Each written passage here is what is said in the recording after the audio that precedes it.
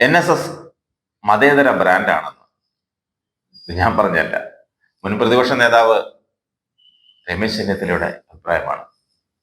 ഇത് കേട്ട നായന്മാർ പോലും പൊട്ടിച്ചിരിക്കുന്നു. ഇയാൾ ഇത്രയും ഊളയായി പോയല്ലോ എന്നാണ് അവർ പരസ്പരം പങ്കുവയ്ക്കുന്നത്. മന്നൻ ജയന്തിയിൽ പങ്കെടുത്തതിന്റെ ഗുണം കോൺഗ്രസ് പാർട്ടിക്കാണെന്നാണ് ചെന്നിത്തലയുടെ മറ്റൊരു വീരവാദം.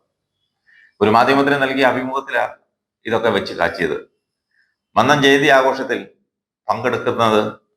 പങ്കെടുത്തതിന് പ്രത്യേക ലക്ഷ്യമോ പ്ലാനിങ്ങോ ഇല്ലത്രേ. നമ്മുടെ സാന്നിധ്യം ആവശ്യമുള്ള സമയങ്ങളിൽ നമ്മളെ ക്ഷണിച്ചാൽ നമ്മൾ പോകണ്ടേ? അതിന് പ്രത്യേകമായ ഉദ്ദേശ ലക്ഷ്യങ്ങളൊന്നുമില്ല. എന്നെ എല്ലാവരും വിളിക്കാറുണ്ട്, ഞാൻ പോകാറുമുണ്ട്. എല്ലാ സമുദായ സംഘടനകളുമായി തനിക്ക് നല്ല ബന്ധമാണ്. തന്നെ ബ്രാൻഡ് ചെയ്യാൻ ശ്രമിച്ചവരെ കുറിച്ച് പറയാൻ സമയമായിട്ടില്ല, അത് പിന്നീട് പറയാം. NSSുമായുള്ള പിണക്കം തീർത്തതിൽ ഇടനിലക്കാരില്ല. ജനറൽ സെക്രട്ടറി സുകുമാരൻ നായരുമായി നേരിട്ട് സംസാരിക്കുകയായിരുന്നുവെന്നുമാണ് ചെന്നിത്തല പറഞ്ഞു വെച്ചത്.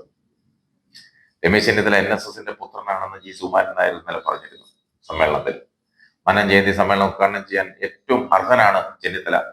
ക്ഷണിച്ചത് കോൺഗ്രസ് മുദ്രയിലല്ല, അദ്ദേഹത്തിന്റെ രാഷ്ട്രീയ സ്വാധീനം ഉപയോഗിച്ചുള്ള നേട്ടത്തിനുമല്ല.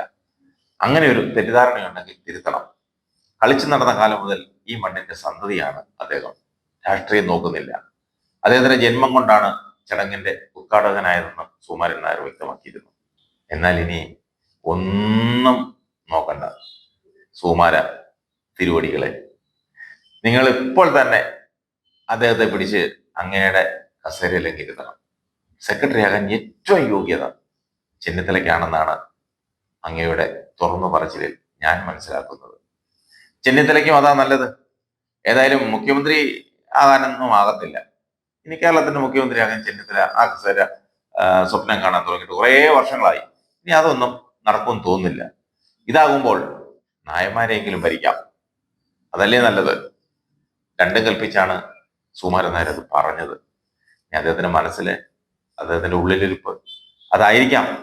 എന്തായാലും സെക്രട്ടറി ആക്കിയാൽ ഗുണമുണ്ടാകും, എനിക്കതേ പറയാനുള്ളൂ.